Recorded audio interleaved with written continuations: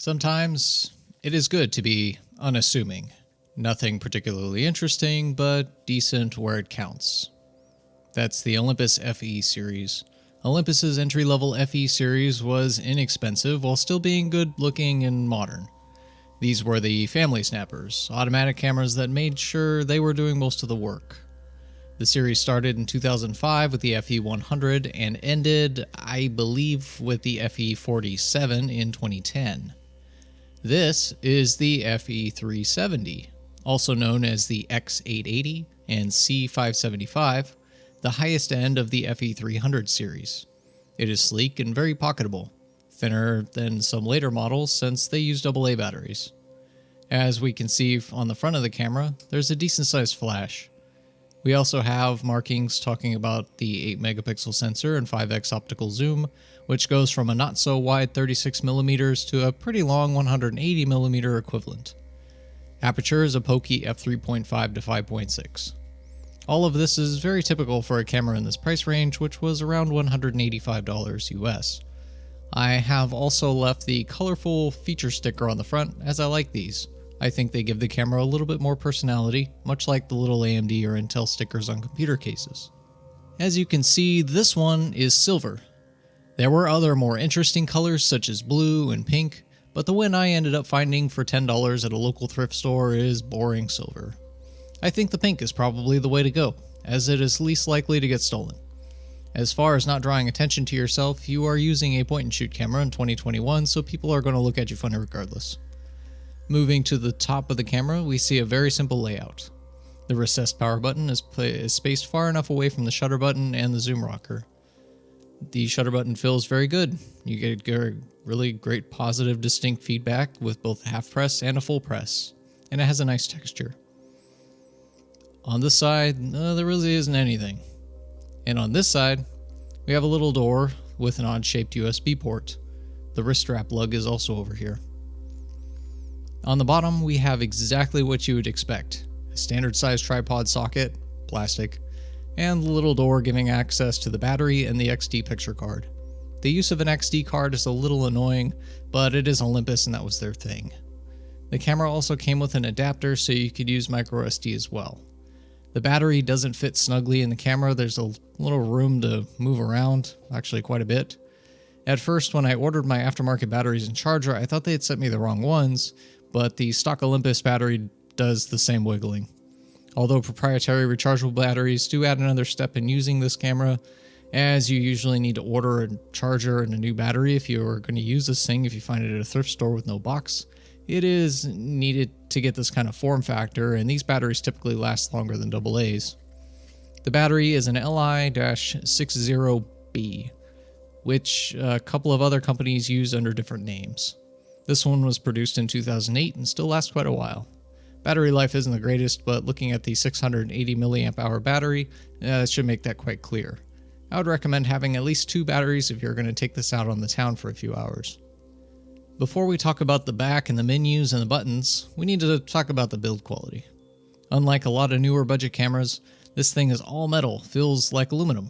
It scratches pretty easily, but mine is pretty clean and looks very nice. There is basically no body flex. Obviously, no one is going to twist the camera around, but that would be stupid.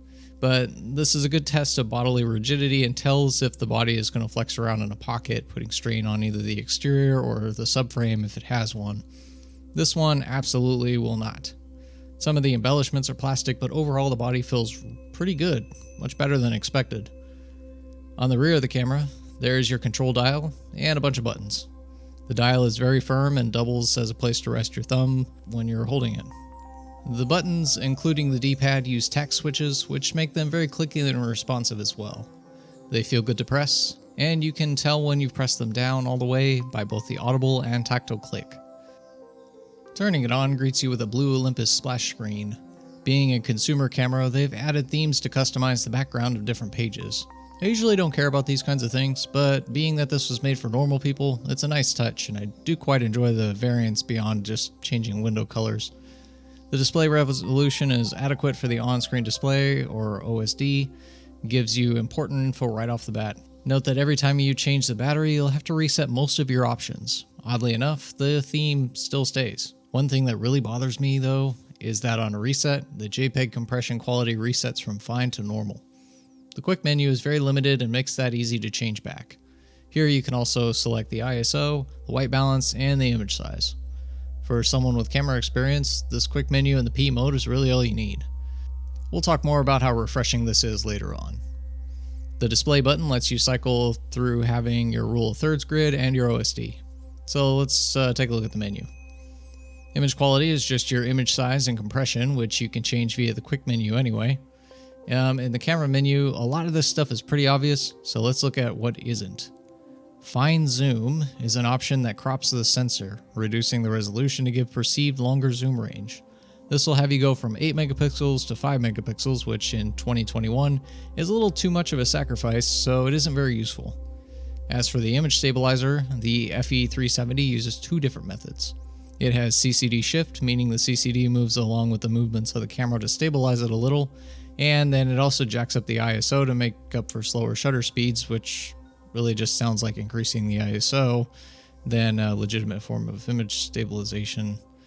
I leave this on. I didn't really notice too much in the way of stupid high ISOs when shooting. For AF modes, you get face detect, which is pretty obvious what that does, spot, which is where I like to be, and IESP, which is the camera's way of saying it'll figure it out.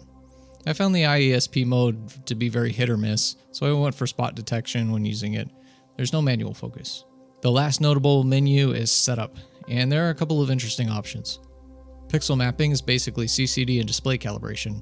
You're supposed to do that once a year. I think this is used to unstick pixels on the CCD. PWN setup allows you to change the Olympus splash screen and the sound when you turn it on to whatever you want. Menu color lets you change the look of all the menus. This is how I got this cool little texture thing going. And that's about it. Switching over to movie mode real quick allows you to record VGA, that is 640 by 480 at 30 FPS with sound.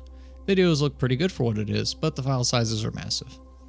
The eye auto setting is like P mode, but the camera does any and all work for you. It does an okay job, but it's not really for me, and it makes enough questionable decisions as it is in P mode. So let's get to the other part, the images. How are they? Image quality from this budget camera is surprisingly good but inconsistent, which is to be expected due to its design.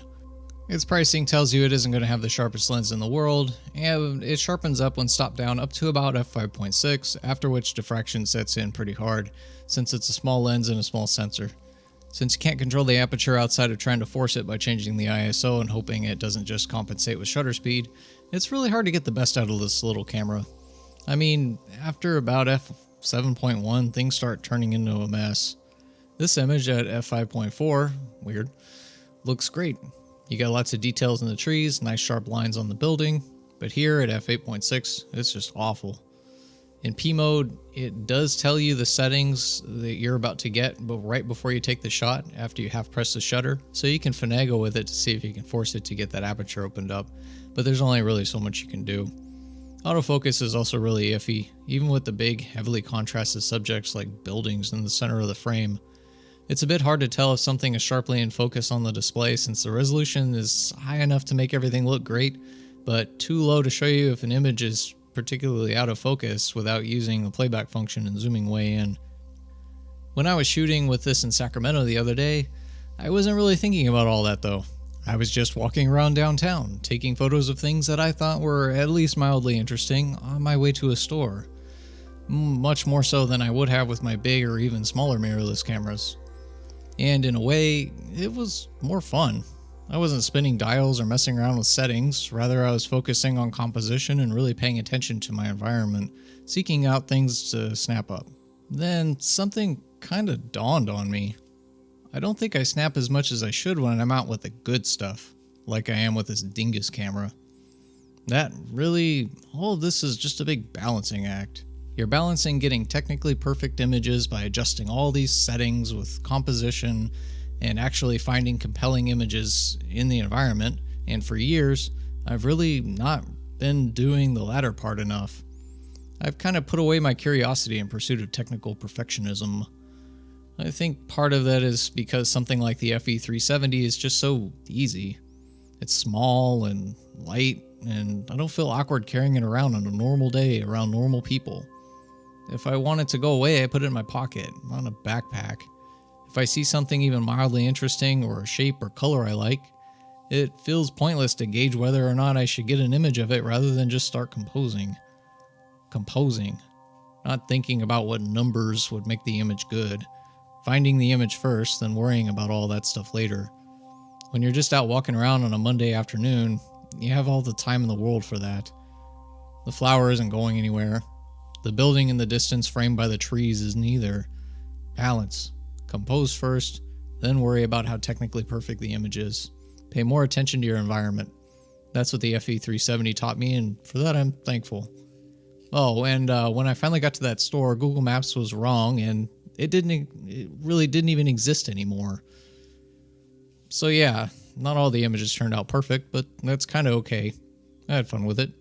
The FE-370 is a pretty good camera if you can get past the inconsistency. It's well made and it looks nice. It's very pocketable. It isn't for serious things due to not being able to control a lot of it, but I don't know, I really like it. It gets a good spot on the collection shelf. If you find it somewhere for 10, maybe 15 American dollary dues, I'd say you could do a lot worse, especially if it comes with a charger. Even then, with a total of $25 invested, I don't feel ripped off. So, yeah, thanks for watching. Drop a like if you liked it. Subscribing pushes me to look at even more forgotten cameras, putting them on YouTube so hopefully they'll get the attention they deserve. They're the forerunners of your phone camera. They're important, and their legacy is really just kind of ignored these days. So yeah, if you like playing with these kinds of things, I've got a new Discord server as well, so join me and some other people over there, show off your collection, what you used last time you went out to shoot, or talk about this interesting technology. But no matter what you do, have a good one.